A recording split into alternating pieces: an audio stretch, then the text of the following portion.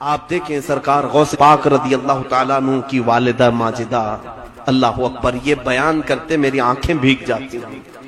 میں نے اس کو کئی مرتبہ بیان کیا، توجہ سے سن لیں۔ ہم غوث پاک کی کرامتیں بہت بیان کرتے ہیں نا، ان کے نیاز فاتحہ 11ویں اسی میں لگ گئے، لیکن دیکھیں ان کی ماں، غوث پاک اپنی ماں کے اکلوتے بیٹے تھے، ماں بیوہ تھی، ان کے شوہر کا انتقال ہو چکا تھا۔ غوث پاک رضی اللہ تعالیٰ عنہ کے والد گرامی بہت جلدی انتقال کر گئے تھے۔ سیدنا غوث پاک عبد القادر جیلانی رضی اللہ تعالیٰ عنہ کی عمر ابھی بچپن کی ہے، تبھی ماں نے اپنے سے دور کر دیا، کہا بیٹا جاؤ بغداد پڑھنے کے لیے۔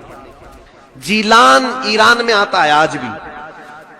جیلان سے غوث پاک پیدل چلتے ہوئے بغداد گئے۔ یہاں ہمارے بچوں کو گھر سے مسجد نہیں بھیج رہے لوگ، اور وہ غوث پاک کی ماں تھی، جیلان سے بغداد بھیج دی، صبح سے شام کے لیے نہیں، کئی سالوں کے لیے بھیج دی۔ اکیلی رہ گئی گھر میں، بیوہ عورت، حضرت ام الخیر، ان کی تربت پر لاکھوں سلام۔ غوث پاک کی ماں کے نام سے میں نے ابھی ایک لڑکیوں کا مدرسہ قائم کیا ہے، جامعہ ام الخیر۔ ان کی ذات سے ہم بہت امپریس ہیں، دعا کریں اللہ اس میں بہت برکت عطا کرے۔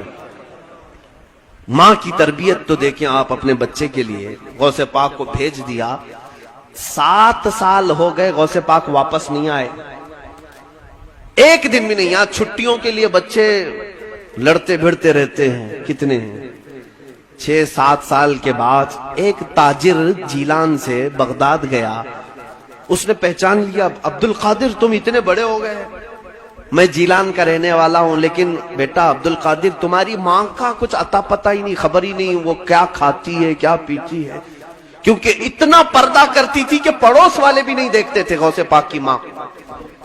پتہ نہیں بیمار ہے کہ اچھی ہے، صحت مند ہے، کچھ خبر نہیں۔ غوث پاک کو اب ماں کی یاد ستانے لگی، بے قرار ہو گئے کہ ایک بار میں اپنی ماں کو دیکھ کر کیا ہوں۔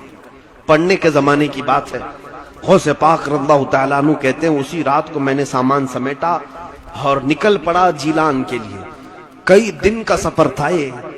جب جیلان پہنچے تو رات کا وقت تھا، اندھیرا چھایا ہوا تھا۔ غوث پاک فرماتے ہیں میں نے ٹٹولتے ٹٹولتے اپنے گھر کو جب پہنچا تو میرے دل کی دھڑکنیں بڑھ گئی۔ جو 7 سال کے بعد اپنے وطن میں آیا ہو، اس کو اپنے گاؤں میں پہنچنے کی خوشی کتنی ہوتی ہے۔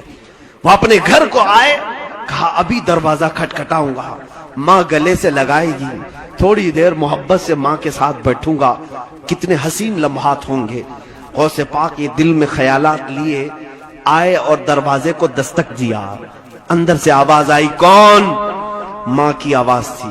غوث پاک نے کہا ماں تمہارا بیٹا عبد القادر آ گیا ہے، تمہارا بیٹا عبد القادر آ گیا ہے۔ ماں جلدی سے دروازے تک آئی، لیکن یہ کہا کون سا عبد القادر؟ ایک ہی تو عبد القادر تھا نا۔ ماں اندر سے پوچھتی ہے کون سا عبد القادر؟ غوث پاک نے کہا ماں تمہارا بیٹا عبد القادر۔ ماں نے کہا بیٹا یہ بتا تعلیم مکمل کر کے آیا ہے یا آدھی چھوڑ کے آیا؟ دروازہ کھولا نہیں ابھی، اندر سے ہی پوچھ رہی ہے تعلیم پوری ہو گئی یا ادھوری چھوڑ کر کے آئے ہو؟ غوث پاک نے فرمایا ماں ابھی اور 2 سال باقی ہیں۔ کہا پھر کیوں آئے؟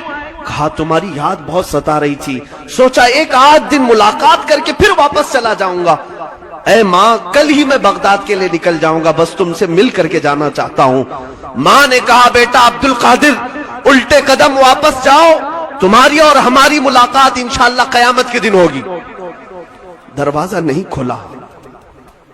غوث پاک راتوں رات دروازے سے پلٹ کر چلے آئے، بغداد پہنچے، ماں کو گھر پہنچ کر کے بھی دیکھا نہیں۔ اس ماں کا کلیجہ کیسا تھا جو اپنے اکلوتے کے لیے دروازہ نہیں کھولا، صرف اس لیے کہ میری محبت غالب آ گئی تو کہیں اس کی تعلیم پر اثر نہ پڑ جائے، کہیں اس کے علم پر اثر نہ پڑ جائے۔ دروازہ نہیں کھولا، واپس چلے آئے۔ غوث پاک فرماتے میں پڑھنے میں پھر مصروف ہو گیا۔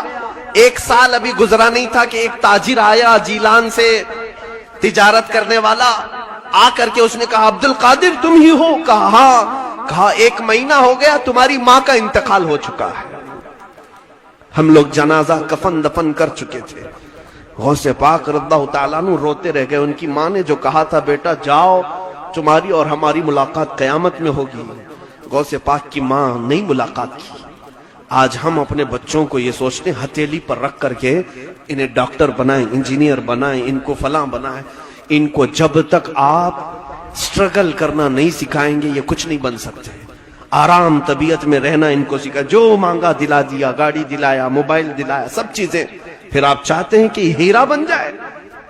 آپ